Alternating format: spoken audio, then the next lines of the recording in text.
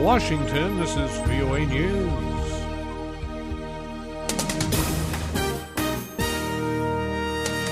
International aid rushed to thousands still stranded at Mount Sinjar in northwest Iraq. Russian relief convoy heading to Ukraine border as standoff looms. I'm Ray Kouguell reporting from Washington. An Iraqi helicopter carrying desperately needed aid to stranded Yazidi refugees fleeing Islamic extremists in northern Iraq crashed, killing the pilot and injuring others on board. The chopper just delivered emergency aid packages and picked up some refugees when it went down. The cause of the crash is unknown. The UN Refugee Agency reports tens of thousands of people who have escaped from Sinjar Mountain in northwest Iraq through Syria have gone back into Iraq's Kurdish region over the past 3 days. Lisa Schlein reports. UNHCR spokesman Adrian Edwards says up to 30,000 Yazidi remain trapped on Sinjar Mountain without food, water, or shelter. He says access to them is extremely limited. He tells VOA the situation is very fluid and the numbers of displaced continue to rise. They are in an extremely precarious situation. The risk is the conditions that they're in. Extreme heat, people arriving now very dehydrated. They're in urgent need of medical help, of food, of water, of other attention. And I think those are the two things we're focused on, both the risks on the security side and the risks to them of this extremely hot and difficult and hard to reach situation. Lisa Schlein for VOA News, Geneva. The European Union is sending an extra $6.7 million in humanitarian aid for those trapped by the latest jihadist offensive in northern Iraq. The skies over Gaza were quiet for a second day Tuesday in the midst of a 72-hour ceasefire, but Israeli negotiators reported no progress in their talks with the Palestinians on a permanent end to the fighting. The negotiators talked for a second day in Cairo, focusing on Israel's blockade of Gaza. Israel says that issue should only be dealt with as part of longer-term peace talks.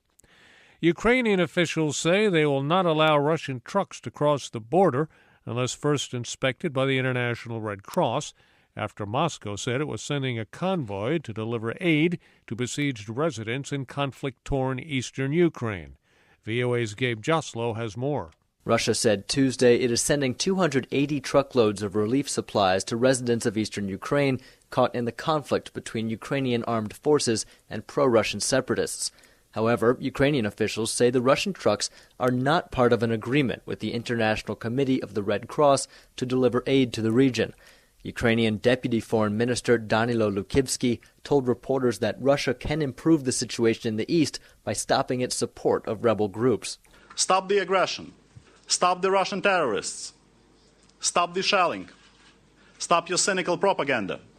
And there will be no need for any humanitarian aid. Gabe Joslow, VOA News, Kiev. UN Secretary-General Ban Ki-moon is urging the international community to respond to the shortage of doctors, nurses, and equipment needed to fight the Ebola disease raging in West Africa.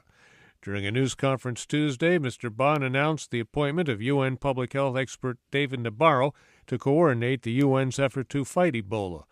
The World Health Organization says more than 1,000 people have died since the Ebola outbreak began in February, most of them in Guinea, Liberia, and Sierra Leone. The disease has no known cure. The United States will give South Sudan about $180 million in emergency food aid to help avert famine. National Security Advisor Susan Rice announced the funding Tuesday, saying that South Sudan is facing the worst food security situation in the world. South Africa's Environment Ministry announced plans to relocate up to 500 rhinos from Kruger National Park in a bid to curb poaching. The decision marks the first mass removal of rhinos from the park since 1997.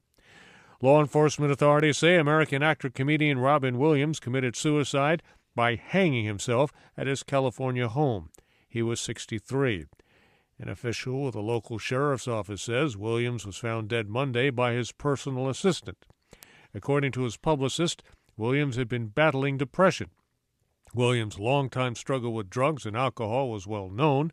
It was just last month that Williams admitted himself into a rehabilitation facility to help maintain his sobriety. I'm Ray Kouguell in Washington. That's the latest world news from VOA.